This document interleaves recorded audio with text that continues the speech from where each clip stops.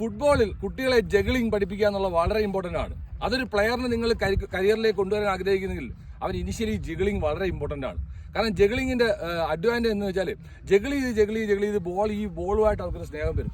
പിന്നീട് അവർ കുട്ടികൾ ഏത് ട്രെയിനിങ്ങും പഠിക്കാൻ റെഡിയാവുന്നു, അല്ലെങ്കിൽ പിന്നീട് ഫർദർ അങ്ങോട്ട് ചെയ്യാൻ പറയുന്നു. കൊല്ലത്തിൻ്റെ ഒരു മികച്ച കളിക്കാരുണ്ടായിരുന്നു പാച്ചേൺ എന്ന് പറഞ്ഞു. അപ്പോൾ പാച്ചേൺ എൻ്റെ അടുത്ത് പറഞ്ഞത് കുട്ടികൾക്ക് എപ്പോഴും നമുക്ക് വേണ്ടത് ജഗ്ലിംഗ് ആണ്. ജഗ്ലിംഗ് വളരെ ഇമ്പോർട്ടൻ്റ് ആണ്. ജഗിൾ ചെയ്ത് ഈ ബോളിലോട് അറ്റാച്ച്മെൻറ്റ് വന്നതിന് ശേഷം നമ്മുടെ ട്രെയിനിങ്ങിലേക്ക് കൊണ്ടുവരുന്നു അവരെ. പിന്നെ അവർ നമുക്ക് ഏത് ഹൈ ബോൾ കൺട്രോൾ ചെയ്യാൻ വളരെ എളുപ്പമാകുന്നു. ഈ ഹൈ ബോളിന് പുറകെ കുട്ടികൾക്ക് പോകാൻ വളരെ എളുപ്പമാകുന്നു. അതായത് ട്രാപ്പ് ചെയ്ത് ചെയ്യാൻ വളരെ സന്തോഷമാകുന്നു. അങ്ങനെ ഫുട്ബോളിലേക്ക് അവരെ ഇൻട്രസ്റ്റ് ആയിക്കൊണ്ടുവരിക എന്നുള്ളത് വളരെ ഇമ്പോർട്ടൻ്റ് ആണ്. അപ്പോൾ ജഗ്ലിംഗ് ഫുട്ബോളിൽ ഒരു വളരെ ഇമ്പോർട്ടൻറ്റ് സ്കില്ലാണ്. ഇമ്പോർട്ടൻറ്റ് സ്കില്ലെന്ന് മാത്രമല്ല, അത് നമുക്ക് അവനൊരു ഫുട്ബോൾ ട്രാക്കിലേക്ക് കൊണ്ടുവരാൻ സാധിക്കും എന്നുള്ളതാണ്. അപ്പോൾ ഫുട്ബോളിൽ ഇനീഷ്യൽ ജഗ്ലിംഗ് വളരെ ഇമ്പോർട്ടൻ്റ് ആണ്. അത് ഏത് ലെവൽ പ്ലേയേഴ്സ് ആയിരിക്കും ജഗിൾ ചെയ്ത് നമുക്ക് വാമപ്പ് ചെയ്യാം. അങ്ങനെ ജഗ്ലിങ്ങിലൂടെ നമുക്ക് പയ്യെ സ്റ്റാർട്ട് ചെയ്താൽ ഫുട്ബോളിൽ നമുക്കൊരു ഇൻട്രസ്റ്റ് ക്രിയേറ്റ് ചെയ്യാനായിട്ട് പറ്റും എന്നുള്ളതാണ്. അപ്പോൾ ട്രെയിനിങ്ങിൽ വളരെ ഇമ്പോർട്ടൻ്റ് ആണ് ജഗ്ലിംഗ് എന്ന് പറഞ്ഞ സ്കില്ല്.